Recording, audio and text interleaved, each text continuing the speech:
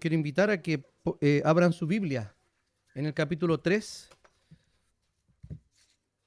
del libro de Números.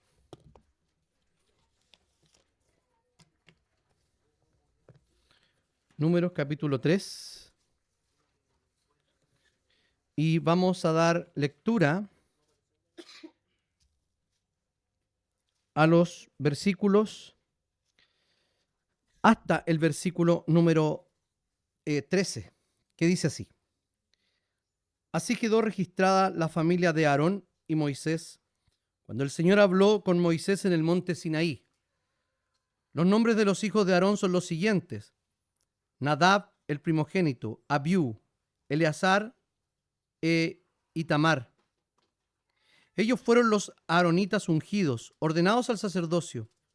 Nadab y Abiú murieron en presencia del Señor cuando en el desierto de Sinaí le ofrecieron sacrificios con fuego profano.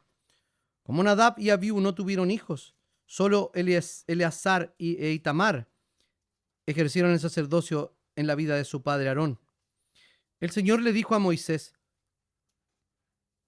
trae la tribu de Leví y preséntasela a Aarón. Los levitas ayudarán en el ministerio. Desempeñarán sus funciones en lugar de Aarón y de toda la comunidad, encargándose del servicio del santuario en la tienda de reunión. Cuidarán allí todos sus utensilios de la tienda de reunión y desempeñarán sus funciones en lugar de los israelitas, encargándose del servicio del santuario. Pondrás a los levitas a las órdenes de Aarón y de sus hijos. Entre los israelitas serán ellos los que estén totalmente dedicados a mí. A Aarón y a sus hijos les asignarás el ministerio sacerdotal. Pero cualquiera que se acerque al santuario y no sea sacerdote será condenado a muerte. El Señor le dijo a Moisés: yo mismo he escogido a los levitas de entre los israelitas como sustitutos de todo primogénito. Los levitas son míos, porque míos son todos los primogénitos. Cuando exterminé a todos los primogénitos de Egipto, consagré para mí a todo primogénito de Israel, tanto de hombres como de animales, por lo tanto son míos. Yo soy el Señor. Oremos al Señor. Bendito Señor, te damos infinitas gracias por tu palabra y queremos ponernos delante de ti con un corazón obediente, con un corazón que quiere escuchar, Señor, tu voluntad. Te pedimos, Señor, que tú en tu infinita misericordia me uses simplemente, Señor, para repetir tus palabras, para poder, Señor, poner algo de sentido en ellas, para la edificación de la iglesia y para la gloria tuya. Te damos gracias, Señor, y te bendecimos. Oramos en el nombre y en los méritos de Jesús. Amén. Nosotros hemos visto ya 2 capítulos del libro de Números, ¿cierto? Este libro parece un libro más bien fome, ¿cierto? De hecho, el nombre es muy poco atractivo.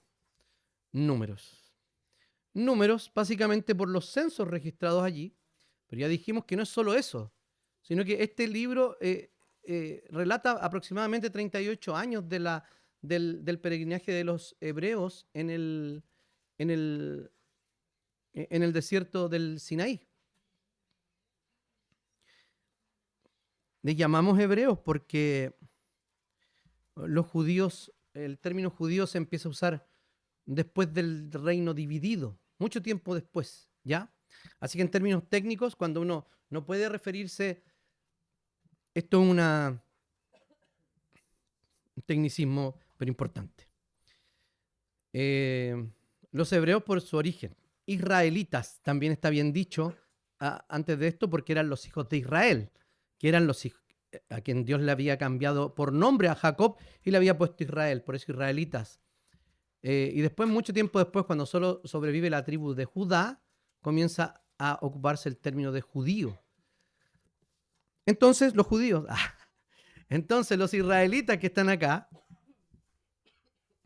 son aquellos que van peregrinando por el desierto durante estos 38 años. Y aquí hace una referencia a cómo el Señor separa a una tribu en especial para una labor especial, ¿ya? Nosotros no podemos visualizar como lectores modernos la magnitud de la tarea que el Señor le dio a Moisés. A ver, vamos a organizar una reunión de algo. Publicamos un aviso, ¿sí? Ese aviso está publicado en redes sociales, ¿cierto?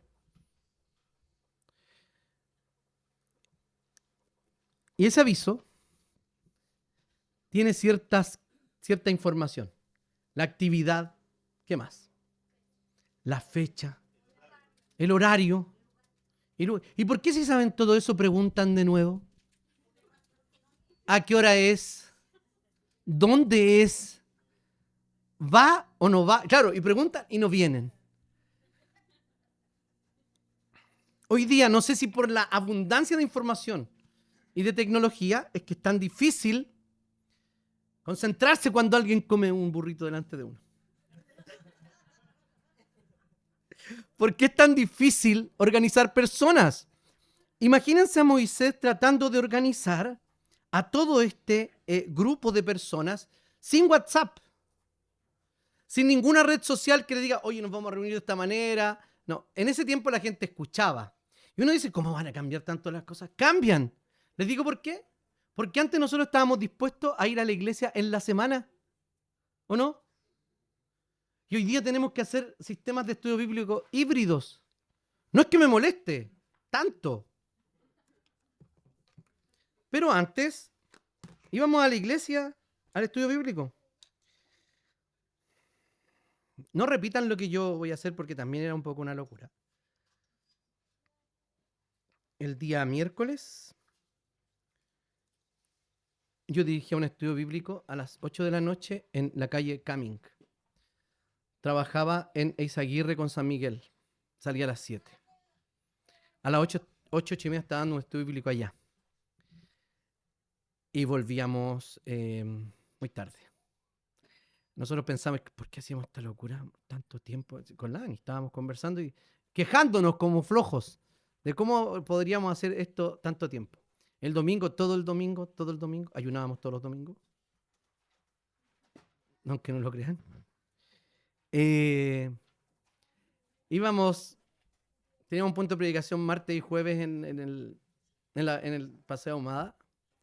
La reunión de jóvenes era el día sábado. Y estudiamos en el seminario el día sábado. Predicaba una vez al mes, etc. Pero hoy día, yo no sé si será por mi edad o por el tiempo que he servido, que ya no pienso y no estaría dispuesto a hacer eso. Pero hoy día la gente está dispuesta a hacer mucho, mucho menos cosas de lo que hacía hace 5 años. No hace 5 años de servicio que dio al Señor, sino hace 5 años de vida nomás. Haya hecho lo que haya hecho. No se sientan culpables los que se conectan al Zoom y viven lejos. Pero igual, no. ¿Saben quiénes se deberían sentir culpables? Los que viven lejos y no se conectan. Y tienen la posibilidad de conectarse. Entonces, salgamos de allí. Solo quería decir cómo es tan difícil organizar personas. Imagínense la magnitud de la tarea que tenía que hacer Moisés. Entonces, hay un llamado aquí a que el desorden no es de Dios y que Dios tiene este campamento ordenado de una manera especial para cumplir sus propósitos con el pueblo, el cual era hacerlos vagar por el desierto durante 40 años y luego darles una tierra por la que tenían que pelear. Entonces, vamos a ver algunas cosas acá. Este sermón se llama Cristo el sacerdote fiel. Y vamos a ver cómo el Señor separa personas comunes y corrientes para un servicio particular dentro del pueblo de Dios. Primero, acabamos de leer que así estaban registradas del 1 al 4, la familia de Aarón, de Moisés y de Aarón. Y luego habla de los primogénitos de Aarón, ¿cierto? Dice que primero es Nadab el primogénito, Abiú, Eleazar e Itamar. 4 hijos, ¿ok? Dios elige aquí, como elige o como ha elegido a lo largo de toda la historia. O sea, el Señor ha elegido soberanamente a estas personas. No por nada que hubiese en Aarón, en sus hijos, absolutamente nada. Esto significa que las responsabilidades que le fueron dadas a Aarón eran de manera exclusiva para él y para sus descendientes directos. Y además de eso, para otro grupo que eran de la misma tribu, que era la tribu de Leví. Entonces, sacerdotes fueron ungidos, ordenados, se les ordenan ministrar como sacerdotes y a nadie más.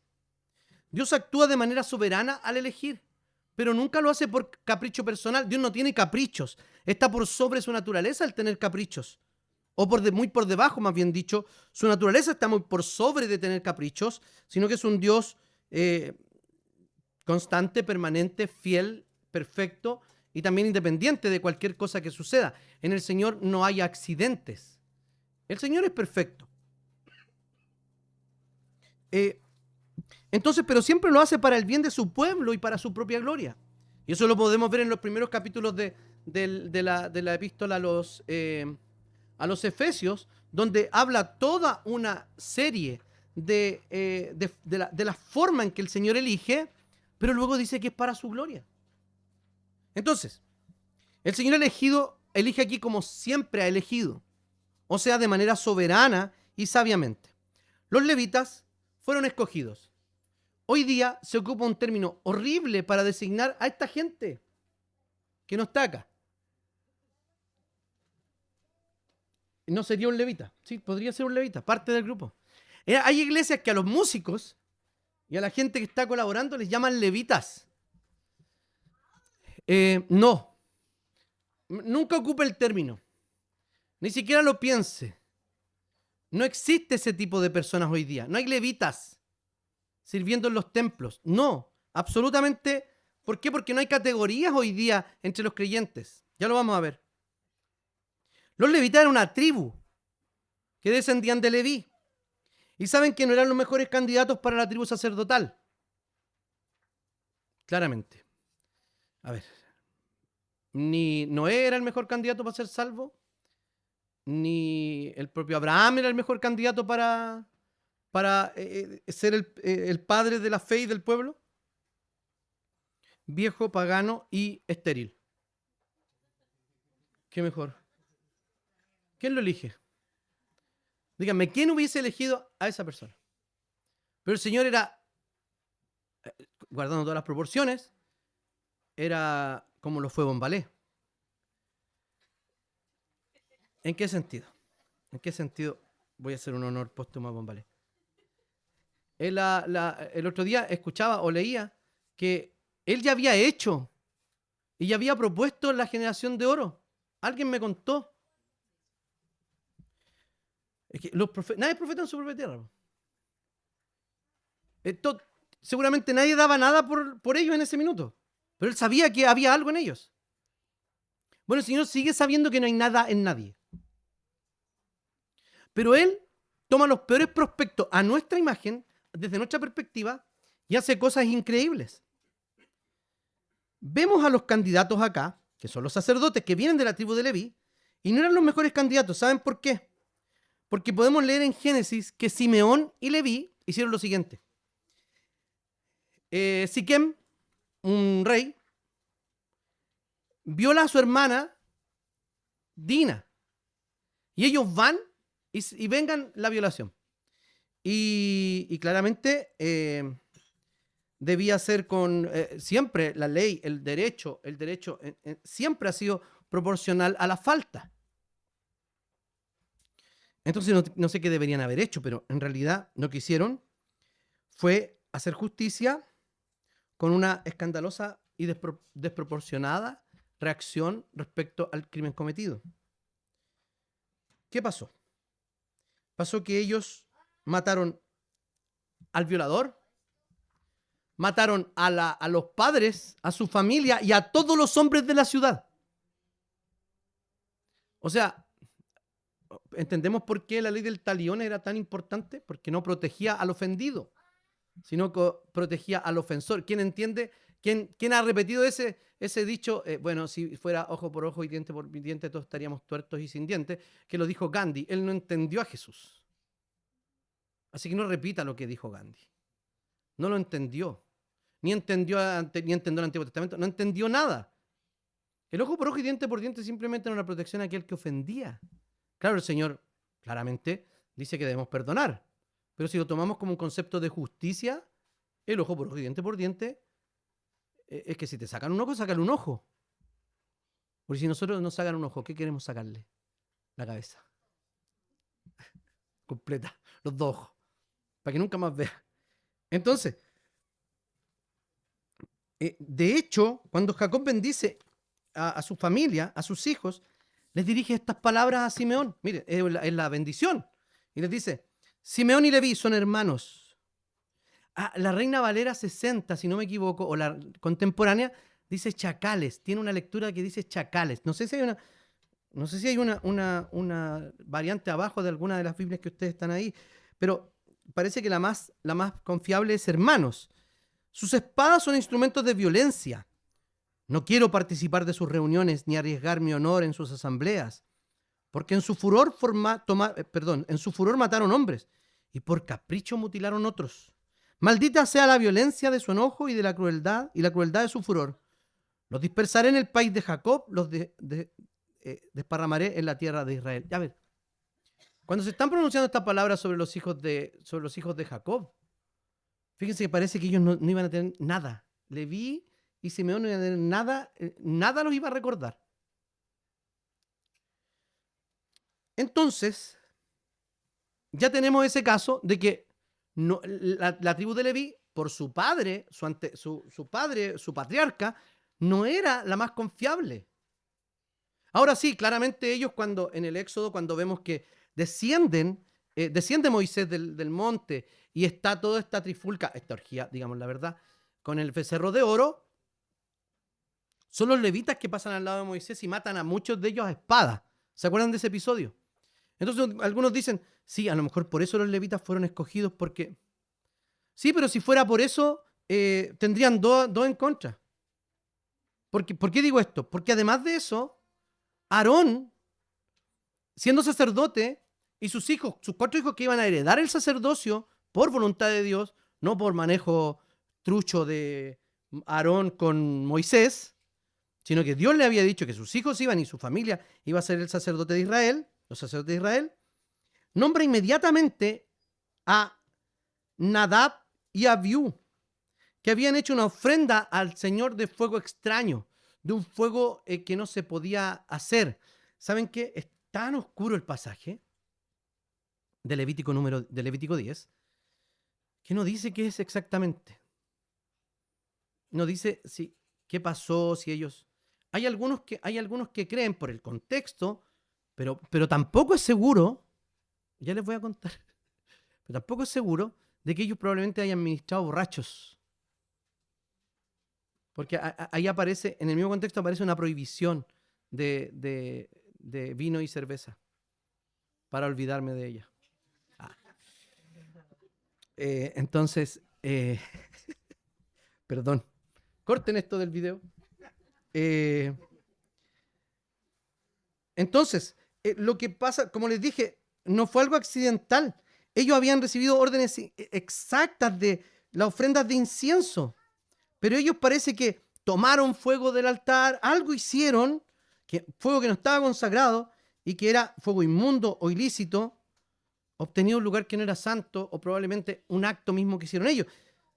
Pero la historia de la familia de Aarón, independientemente de lo que sea, lo que haya pasado, la familia de Aarón era una familia desechable, ¿o no?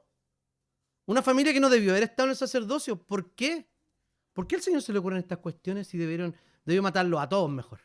A los 5, a Aarón y a todos los hijos, y haber repuesto toda la familia. ¿Por qué el Señor no hace eso?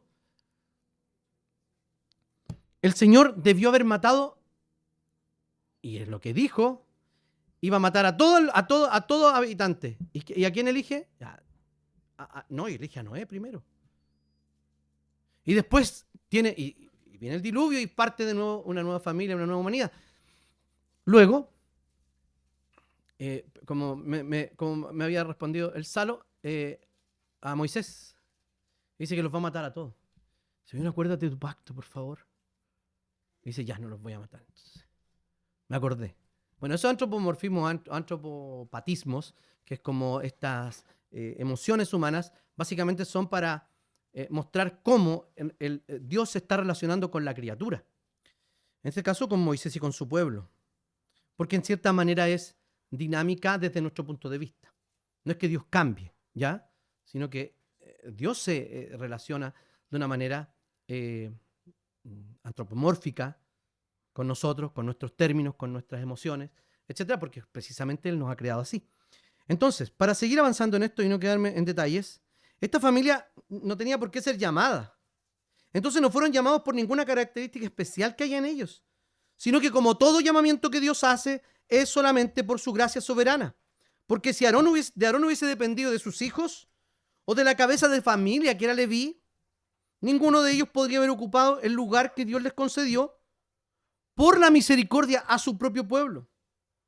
El destino de Nadab y Abiú se hizo aún más triste. ¿Por qué? Desde el punto de vista cultural.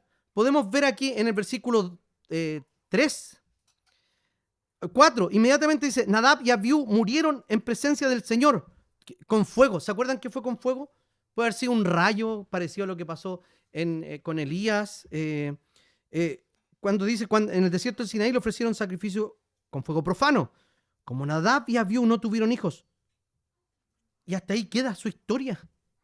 O sea, ellos desaparecieron. Era súper importante para los judíos, para los hebreos, para los israelitas tener descendencia.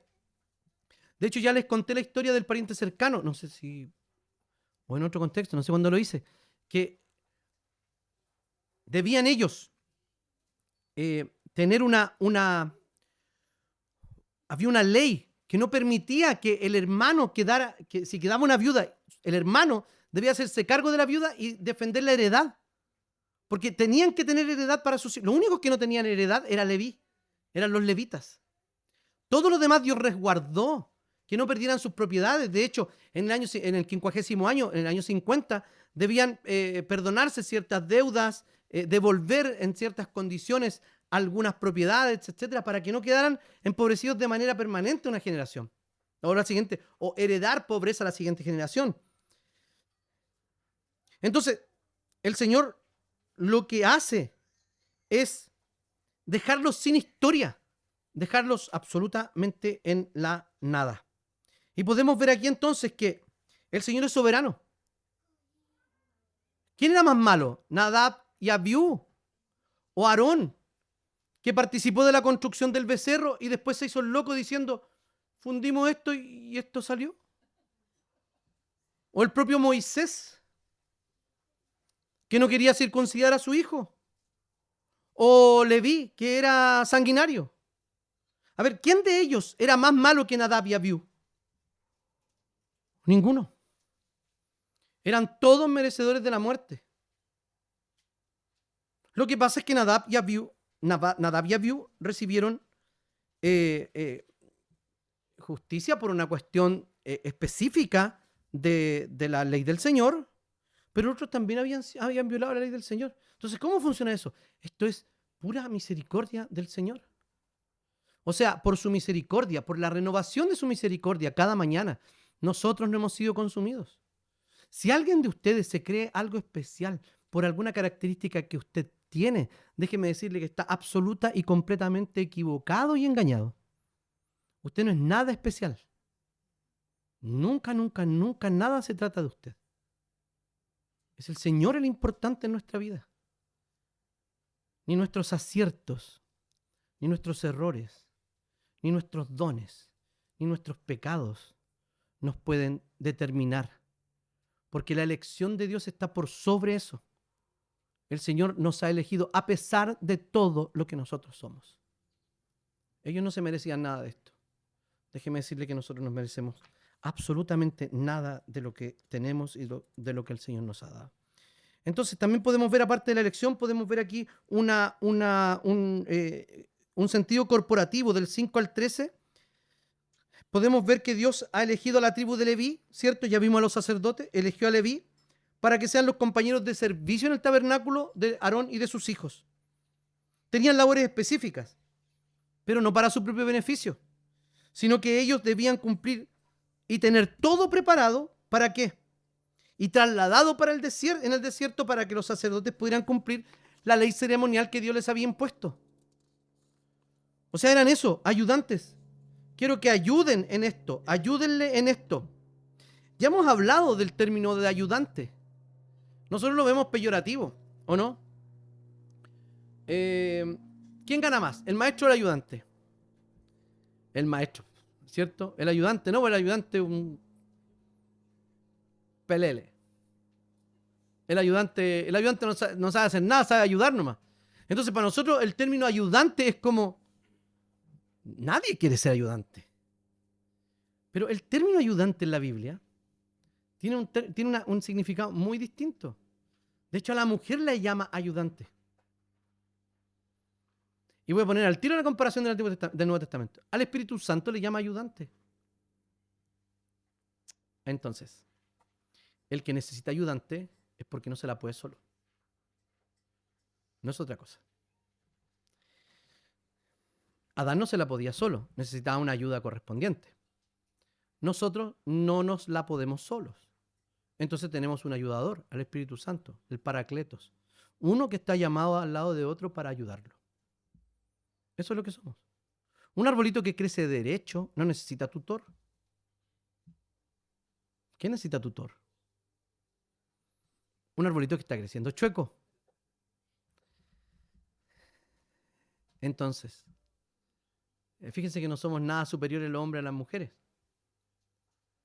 En nada. Somos distintos simplemente en las funciones que el Señor nos entregó. Y es allí donde el Señor nos pone a prueba. A nosotros para liderar y a las mujeres para ser el palito tutor. No le puede pegar con un palito. Solo tiene que estar al lado de él para que... Y le puede decir, dígale. Enséñele. No... El sometimiento no significa silencio. El sometimiento significa estar sometida primero al Señor. Y una mujer sometida al Señor va a ser una mujer correctamente, según la palabra, sometida a su esposo. No que aguante todo, no que calle todo, no. Si ha aprendido eso, o si usted ha creído que yo he enseñado eso, perdóneme. Y entendió mal. Claro, me expliqué mal. No es eso, nunca ha sido eso. Entonces estos debían actuar no solo eso, sino también como guardianes. Las tiendas estarían ubicadas alrededor de la tienda de reunión. Hay una diapositiva para mostrarle esto. Y hay una secuencia. Miren. Las tribus laicas, no sacerdotales, están descritas como los más opuestas alrededor, como los más privilegiados en cuanto al número de gente, a los menos, 60, 74.000. Aquí están. Judá es la más numerosa. ¿Ya? Judá es la más numerosa. ¿Y saben cuál es la menos numerosa? La de Moisés y Aarón, porque son la familia de Moisés y Aarón.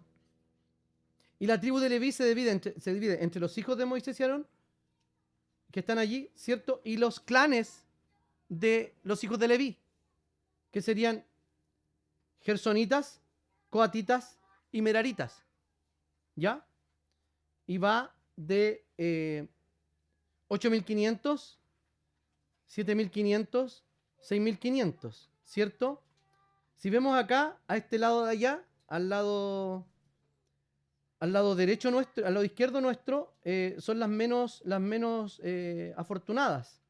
Pero están puestas, la más grande está puesta allí. ¿Se fijan la relación que hay en la numeración? ¿Qué significa esto? Significa que el Señor estaba poniendo cota, estaba poniendo protección suficiente de mediadores entre la gente y Él. Es muy curioso porque cuando los presenta, dice lo siguiente, en el 10 dice, Aarón y sus hijos les asignarán el ministerio sacerdotal, pero cualquiera que se acerque al santuario que no sea sacerdote será condenado a muerte. O sea, lo único que se podían acercar son los hijos de Moisés y Aarón. Los otros colaboraban en el templo, pero no ejercían labores sacerdotales, sino labores levíticas, que luego están descritas allí. Están todas descritas, lo que tenían que llevar, lo que tenían que trasladar, de lo que tenían que ocupar, todo. Y tenemos estas tribus alrededor. Fíjense, esto es geométrico, pero imagínenselo con tiendas. Son personas que están habitando allí. El tabernáculo en el centro, Dios siendo el centro. Correctamente dispersas, digamos, o seleccionadas las tribus respecto a sus números. Y ahí está alrededor del tabernáculo. Entonces, los levitas no podían entrar. ¿Y por qué están estas tribus protegiendo el tabernáculo? Para que nadie sea condenado a muerte, para que nadie muera, porque nadie más podía entrar a la presencia de Dios, sino eran los sacerdotes, y específicamente a la presencia misma de Dios, que no fuera el sumo sacerdote. Entonces, Dios elige a los levitas. Esta presencia, la elección de ellos era como trabajadores de Dios y era una ayuda visual permanente para el pueblo de Dios, de dos grandes ideas, de la entrega y la sustitución. Fíjense lo que dice. Dice, yo mismo he escogido a los levitas de entre los israelitas como sustitutos de todo primogénito. Esto es muy, muy raro. ¿Qué estaba diciendo acá? Estaba diciendo que así como las primicias del ganado, de los rebaños y de la cosecha debían ser una ofrenda de lo mejor al Señor, el hijo primogénito debía ser entregado al Señor. O sea, todo hijo primogénito era entregado al Señor. Luego de eso, dice que en el 12 más adelante, en el 13, todos son míos. Cuando exterminé a los primogénitos de Egipto, el Señor inmediatamente hace referencia a dos eventos feos en la historia de Israel. Primero, cuando vieron morir a todos los primogénitos en Egipto, excepto los de ellos. Vieron la mano de Dios matando gente. Luego, vieron la mano de Dios matando a dos de sus sacerdotes. O sea, hace referencia a eventos trágicos, dolorosos en la historia de Israel. Entonces, antes que tomara todos los primogénitos de la familia, de las tribus, los primogénitos de Leví debían ser entregados en su lugar. Eran todos sustitutos del primogénito. La tribu completa iba a ser sustitución. Lo que estaba diciendo, estos son mis primogénitos. No era el hijo mayor de Jacob, pero era el sustituto que el Señor había elegido. Él dijo, estos son míos. Los tomo de entre ustedes, pero son míos para este servicio en particular. Y van a sustituirlos a ustedes en esto. Entonces está diciendo algo así como, estos son todos mis primogénitos. ¿Saben qué? Se encontraron que excedían el número de varones levitas por la edad que tenían. Eran 273. Y se tuvo que pagar el rescate de esos primogénitos por el número que excedían de los 600.000. Los hechos dramáticos de que los hebreos habían sido testigos, cómo Dios exterminó a los primogénitos y consagró a los primogénitos de Israel, tanto de hombres como de ganado. Ellos conocían exactamente. Y el verso allí termina diciendo, ¿por qué? Porque yo soy el Señor. Esa es toda la explicación de por qué el Señor elige, cómo elige y a quién elige. Por tanto son míos. Yo soy Yahvé. Yo soy el que soy, el que tengo existencia en sí mismo, el que hago lo que quiero. Y no con un sentido caprichoso. Porque para ser caprichoso se necesita solo ser poderoso. Y Dios no es solo poderoso. Dios es sabio, santo, justo, bueno, amoroso. No puede ser caprichoso. Pero hace lo que quiere. Nos suena como un hijo caprichoso, una persona caprichosa. Pero no es así. No entendemos correctamente a Dios. Jesús se ofreció entonces totalmente a la voluntad de Dios al venir a este mundo para llevar a cabo nuestra salvación. Y renovó aquella ofrenda por Él mismo, aquella ofrenda que se repetía y se repetía como una ofrenda final. Se entregó en la cruz como un sacrificio perfecto, expiatorio por nuestros pecados. Él es el verdadero sustituto. Él tomó el juicio y el castigo que nos correspondía. También tomó el juicio y el castigo que le correspondía a Leví, que le correspondía a Aarón por sus hijos. Todo el castigo lo tomó el Señor en la cruz. Entonces, cuando nos sustituye a través de esa entrega total, tanto como Dios y hombre, Él se transforma en el sacerdote perfecto, en el levita perfecto. Él es, de esto nos está hablando de Jesús, del anuncio del Mesías. No simplemente de cómo se organizaban unas tribus, sino que el Señor tenía un plan ordenado de elegir a alguien para que pusiera mediación entre el pueblo y Él, y un grupo especial que estaba anunciando también al Salvador, que era Cristo Jesús. Eso lo podemos ver y lo vamos a ver después en el libro de Hebreos. Vemos en el 14 el censo de la tribu de Leví, que este es un don, seguimos con esto, es un don inmerecido de Dios, del 14 al 20. La tribu de Leví se contaba por separado, hombres y adultos. Todos los niños varones de un mes, fíjense que antes dice todos los varones, más adelante en el 4 y tanto nos va a decir que son varones entre 30 y 50 años. Para el servicio militar, para defender a la nación. Ellos estaban exclusivamente defendiendo al pueblo de sí mismos. Insisto, para que nadie sea condenado a muerte y se acerque indebidamente, ellos estaban protegiendo, no el santuario de Dios, protegían a los otros, a las otras tribus de sí mismos. Entonces, dice que hay un censo específico para ellos, que el que tenemos aquí del 14 al 20. Dijo, haz un censo de los levitas por clanes y familias patriarcales, tomando en cuenta a todo varón mayor de un mes. Y esto es muy interesante. ¿Por qué? Porque eran distintos en varios aspectos. Por lo menos en 5 aspectos, dice un comentarista. Tenían a su servicio, un servicio en y alrededor de las cosas santas. Era su exclusividad. No fueron contados entre las tribus, sino que debían ser distribuidos entre ellas. Aquí, más adelante, distribuidos entre ellas, pero aquí estaban también distribuidos. Todos numerados de manera distinta a las otras tribus. No eran los guerreros de Israel, sino eran sus ministros, sujetos al liderazgo de los sacerdotes. Y número 5, tenían restricciones de conducta y modales que diferenciaban a su cargo del resto. Esto no es el anuncio de los pastores, de los músicos, de nada. Esto anuncia a Jesús, no anuncia ningún oficio en particular nuestro o función nuestra en la iglesia. Entonces, en este censo, los hijos de Leví, más arriba de un mes, nos recuerda la responsabilidad que tenemos con nuestros hijos, con los hijos del pacto. Deben ser valorados como un regalo de Dios para nosotros y también para este mundo. Deben ser enseñados en las verdades transformadoras de la palabra de Dios. Ser apoyados por el constante ejemplo de aquellos que aman a Jesús.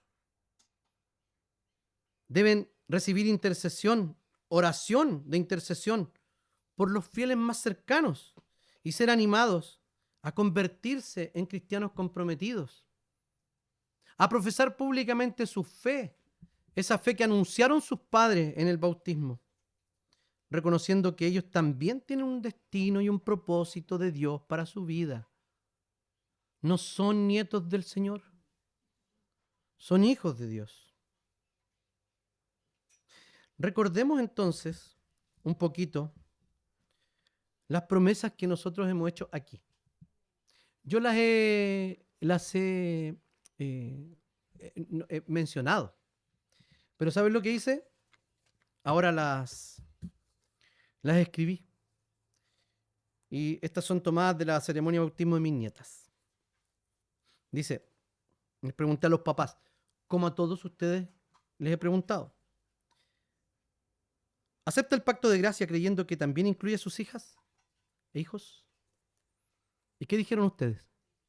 Dijeron sí. Reconocen que nuestros hijos, aunque concebidos y nacidos en pecado, y por lo tanto sujetos a toda clase de miseria, y en verdad a la condenación misma, son santificados en Cristo y por lo tanto, como miembros de su iglesia, deben ser bautizados. ¿Qué respondieron? Sí, reconocemos eso. Reconocen que la doctrina contenida en el Antiguo y el Nuevo Testamento, los artículos de fe cristiana y enseñada aquí en esta iglesia cristiana, es la verdad y completa doctrina de la salvación. Sí, reconocemos. Prometen que con la ayuda de Dios le darán a sus hijas un buen ejemplo de lo que es ser hijo de Dios y que lo instruirán en las doctrinas de la Sagrada Escritura. Sí, prometemos. Prometen que cuando sus hijas tengan la edad e inteligencia suficiente, le harán saber que es un privilegio y deber aceptar personalmente a Jesús como Salvador en los términos de este pacto que hoy ustedes hacen en su nombre. ¿Qué contestamos? Sí, prometemos. Prometen educar a sus hijas en la iglesia de Jesucristo según la voluntad del Señor, enseñándoles a amar a Dios de todo corazón y sobre todas las cosas y a su prójimo como a sí mismo. Sí, prometemos. Mis nietas están en San Felipe, ¿eh? No es que porque no hayan venido hoy día yo dije, no van a ir, así que voy a leer lo que puse en su ceremonia. Y eso prometimos como padres. Ya, pero listo. ¿Quedaron ahí las promesas? ¿Se acuerdan otro tipo de promesas que hacemos en la misma ceremonia? ¿En el mismo sacramento? ¿Quién hace promesas? ¿La congregación o no? Los papás se dan vuelta y los miran cara a cara. ¿Prometen ustedes orar por sus padres y por estas niñas que hoy han sido bautizadas? ¿Y qué dice la iglesia? Sí, prometemos. ¿Prometen ustedes ayudar a sus padres y apoyarles para que puedan cumplir los votos que hoy han hecho al Señor? Sí, prometemos. ¿Prometen ustedes dar un buen ejemplo a estas niñas? De modo que conforme crezcan, aprendan mirándolo a ustedes lo que es ser un discípulo de Jesús. Sí, prometemos. Estamos al debe, definitivamente. Y tenemos dos opciones. Decir, estamos al debe, qué malos somos, y que el Señor nos ayude. Y al almuerzo, olvidarlo. O decir, estamos al debe, qué malos somos, el Señor ya ha suplido esto, dependemos de Él, y podemos hacerlo. Porque quiero repetir esto muchas veces. Usted no tiene el poder para marcar lo suficientemente a su hijo, sea positiva o negativamente. ¿Qué quiero decir con esto? Que sí marcamos y sí dirigimos y todo, pero ¿saben qué? Al final de cuentas, ¿saben quién es el que realmente cambia el corazón de los hijos y quien cura todas las heridas que nosotros hemos provocado como padres? El Señor. O sea, si nosotros somos la tribu llamada de real sacerdocio, nación santa, pueblo adquirido por Dios, nosotros, los dedicados a las cosas santas, no en especial, sino porque somos los hijos de Dios, los que el Señor apartó de las tribus del mundo para hacer una tribu distinta. ¿Podemos confiar en el Señor? Que no hay poder en el mundo que pueda resistirse a la restauración que el Señor puede hacer en el corazón de nuestros hijos. Porque usted puede haber sido un buen embajador del Señor en la vida de sus hijos. Y por alguna razón, ellos han descarriado el camino. Y ustedes pueden haber sido malísimos. Y a pesar de nosotros, nuestros hijos ser fieles. ¿Esto qué significa? ¿No hacemos nada? No, hagamos lo que tenemos que hacer para decir, bueno, yo hice lo que tenía que hacer y el resto es labor del Señor. Yo siembro y yo riego, pero el que da el crecimiento es el Señor. También había un ministerio coordinado. Las familias de los 3 hijos de Leví, Gersón, Coat y Merari, formaban 3 clanes y cada uno de estos se les asignó responsabilidades. Muy rápidamente, a los gersonitas le habían dado a cargo la tienda de reunión, la tienda que cubría el santuario, su toldo, la cortina que estaba en la entrada, el cortinaje del atrio y la cortina de entrada del atrio que rodeaba el santuario y el altar, como también las cuerdas y todo lo necesario para el servicio. Esa era la más numerosa de las... Coat era la más numerosa. Gersón. Tenemos ahí a quien tiene que responsabilizarse exclusivamente de estas cuestiones. Luego, sin pasar a llevar, sin tomar el lugar de otro, los coatitas, ¿qué tenían que hacer? Tenían a su cargo el arca, la mesa, el candelabro, los altares, los utensilios del santuario con que los ministraban y la cortina de la entrada, como también todo lo necesario para su servicio. Y y el clan de los meraritas tenían a su cargo el armazón del santuario, es decir, sus travesaños, postes, bases, junto con todos los utensilios y todo lo necesario para su servicio. También cuidaban de los postes, estaban alrededor del atrio junto con sus bases, estacas y cuerdas. Fíjense, no había lugar para planes ambiciosos, sino solamente cooperativo. Había un ministerio coordinado, un sentido de cuerpo. No había rivalidad, todos trabajaban en una relación armoniosa. ¿Qué es lo que el Señor quiere que hagamos en la iglesia? El trabajo armonioso, de que cada uno tiene que cumplir lo que tiene que cumplir. Miren, muchas veces uno peca por el trabajo que no hace otro. ¿Por qué? Porque tiene que suplirlo. Y eso está mal. Está súper mal porque uno pierde la bendición de sentirse un siervo del Señor que no alega, que nada, pero no pasa siempre. Pero ojo, eso siempre pasa porque alguien no está haciendo su pega. A una pega que sí se comprometió. ¿Me entienden? Tiene una cuestión súper práctica acá. Que tenemos que hacer lo que nos comprometemos. Ese es un trabajo coordinado de la iglesia. ¿Y sabe lo que tiene que hacer cada uno? Lo que hablábamos la semana pasada, creo. Identificar sus dones y trabajar allí. Es que yo no sé de dónde hablo las cosas, pero creo que esto lo hablé, no sé si aquí o donde una familia. La misión de la iglesia o la misión de Dios es hacer discípulos. ¿Cierto? Y lo desmarcamos, lo separamos de evangelizar. Entonces yo les digo, ¿esta iglesia evangeliza? Díganla firme, lo que creen. ¿Esta iglesia evangeliza? No. ¿Por qué no evangeliza? Porque no hay evento evangelístico, ¿cierto? Porque no hacemos punto de predicación, porque no nos reunimos los sábados a predicar en la calle, por eso no evangeliza, ¿cierto? No. Si usted pensó eso, está profundamente equivocado. Esta iglesia no evangeliza porque usted, los 7 días de la semana, no hace absolutamente nada para enseñarle el evangelio a otra persona. Por eso esta iglesia no evangeliza. Porque tenemos otras prioridades. El evangelismo no es un evento. Es un estilo de vida. Sí, podemos hacer aquí feria de servicios para contactarnos con la comunidad, abrir más puertas, crear más puentes para hablar con personas. Pero eso no es evangelización. La evangelización, de verdad, el hacer discípulos, es tomar a una persona, enseñarle lo que es el evangelio. Y de hecho, parte Jesús diciendo, bautícenlo y enséñenles. O sea, tiene que llegar al bautismo esa persona que usted está evangelizando, que usted está discipulando. No existen las perlitas, no existen los galardones por gente, nada. Existe solo la orden del Señor, que es así. Ustedes me serán testigos. A ver, ustedes, ¿quién quiere ser testigo del Señor? Nosotros todos levantaríamos la mano. Hagamos un ejercicio. ¿Quién quiere ser testigo del Señor? Y todos levantamos la mano. Todos. Algunos no la levantaron. Ni siquiera jugando. Le tengo una mala noticia a los que no la levantaron y a los que la levantaron jugando. Esa no es una invitación. El verbo está en imperativo.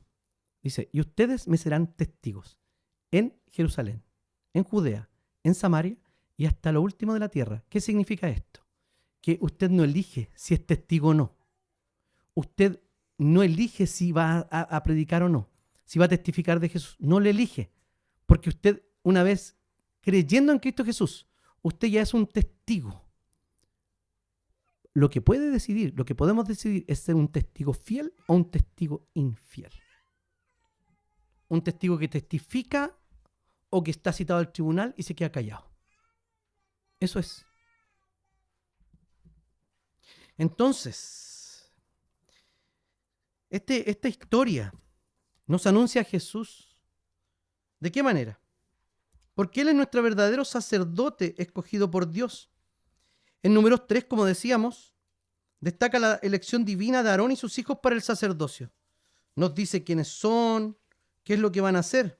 Pero podemos claramente ver en la Escritura, en el resto de toda la Escritura, y en la historia que nos cuenta, que Dios no ha mirado nada en los sacerdotes, en los hijos de Aarón, para elegirlos. Muy por el contrario, tenían todas las de perder, desde Aarón para adelante, con el evento del becerro de oro.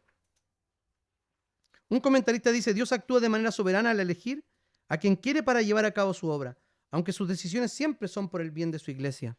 En Cristo nosotros tenemos el cumplimiento de esto. ¿Saben por qué? En capítulo 7 de Hebreos, versículo 21 al 28, no los voy a leer todos. Dice así: el Señor ha jurado y no cambiará de parecer, hablándole a Cristo: tú eres sacerdote para siempre. Por tanto, Jesús ha llegado a ser el que garantiza un pacto superior. Ahora bien, como aquellos sacerdotes, la muerte les impedía seguir ejerciendo sus funciones. Ha habido muchos de ellos, pero como Jesús permanece para siempre, su sacerdocio es imperecedero.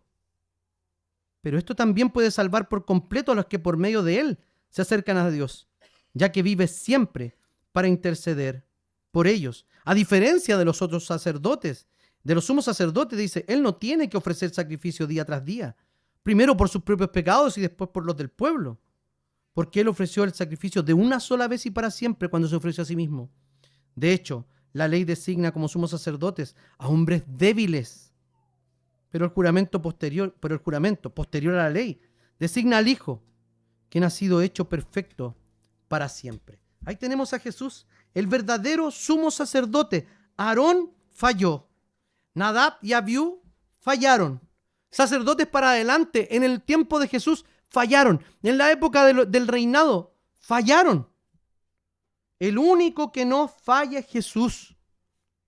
Por eso es que no está bien poner la confianza y nuestra estabilidad espiritual en personas.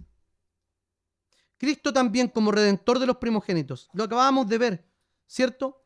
Los cristianos no pueden evitar volver sus pensamientos al Nuevo Testamento y al Salvador, dice un comentarista, cuando ve esto del redimiendo a su pueblo, no mediante el pago de plata y de oro como tuvieron que pagar ellos, sino que lo hizo con su propia sangre. Y así nos dice el texto de la primera epístola del apóstol Pedro, que dice así, 1 Pedro 1, 18 y 19.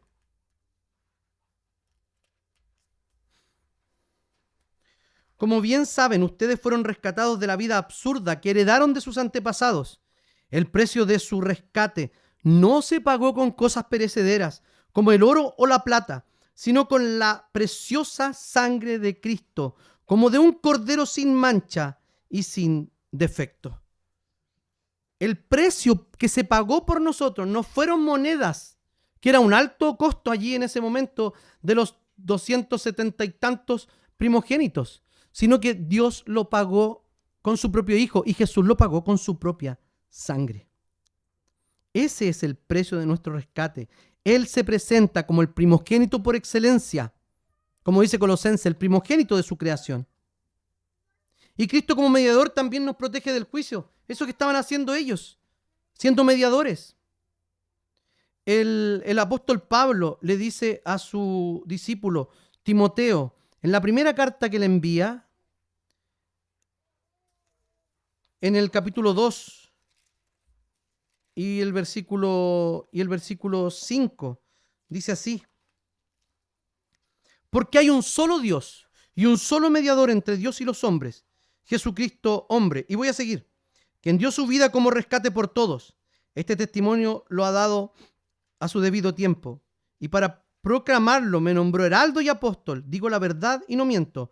Dios me hizo maestro a los gentiles para enseñarles esta verdad. El apóstol Pablo, esto era lo que predicaba, que había un solo mediador. Ya no necesitábamos mediadores como sacerdotes, ni tampoco son mediadores alrededor para que alguien se fuera a acercar y no fuera a ser condenado a muerte. Ya no hay cotas de ese tipo que nos alejen de la ira de Dios, sino que estamos permanente y plenamente y eternamente reconciliados con el Señor. Cristo cumple esta función. Y fíjense lo que, para terminar, cuando ocupa la misma figura, aquí el apóstol Juan, que era un judío, era un hebreo, que conocía el Antiguo Testamento. Fíjense la figura que usa acá, en el texto, en el capítulo 1 de Juan, versículo 14. Hablando de Jesús, el Verbo se hizo hombre y habitó entre nosotros. Y hemos contemplado la gloria que corresponde al Hijo unigénito del Padre, lleno de gracia y de verdad. ¿Saben la palabra? Yo les explicaba el otro día. Habitó, es tabernaculizar.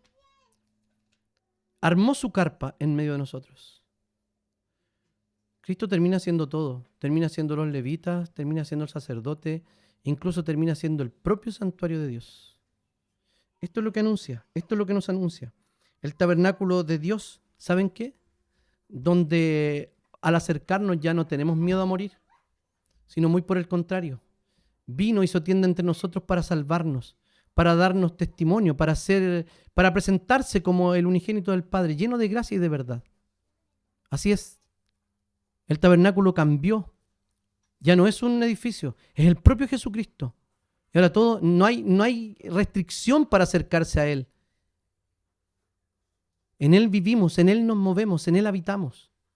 Es por eso que cuando no logramos ver a Jesús en toda la Biblia, estamos perdiendo nuestro tiempo. Ustedes, les dijo Jesús a los fariseos, ustedes escudriñan las Escrituras y ahí les parece que encuentran vida eterna, pero ellas son las que dan testimonio de mí. Uno entiende el texto mal traducido, escudriñad las Escrituras, porque no. Les está diciendo, ustedes están leyendo el Antiguo Testamento y ahí creen que encuentran vida eterna. No van a encontrar vida eterna si no me encuentran allí a mí. Eso es lo que dice el texto de Juan. Entonces, si ya hemos encontrado a Jesús, no vivamos en nuestro lugar más que reconociendo que Él es nuestro Dios y que de Él somos y que nada, absolutamente nada, nos merecemos si no es por el Señor. Estamos destinados a la muerte, como toda la humanidad. Sin embargo, el Señor envió a su Hijo para hacer tanto ofrenda como sacerdote. ¿Para qué? Para morir por nosotros y traernos paz con Dios. Oremos. Señor, te damos infinitas gracias por tu palabra. Te pedimos que la atesores en nuestro corazón. Te damos gracias, Señor, porque tú eres el cumplimiento perfecto, Jesús, del sacerdocio del Antiguo Testamento. Porque tú eres nuestro Redentor y porque tú, Señor, eres mediador que nos has protegido, Señor, del juicio divino. Te damos gracias, Señor. Tú eres nuestro protector, tú eres nuestro consuelo, tú eres nuestro pronto auxilio. Te damos gracias, Señor, por haber venido a hacer tienda entre nosotros, el verdadero tabernáculo de Dios. Te damos gracias, Padre, porque enviaste a tu Hijo a morir y a entregar su sangre por nosotros. Oramos en su nombre.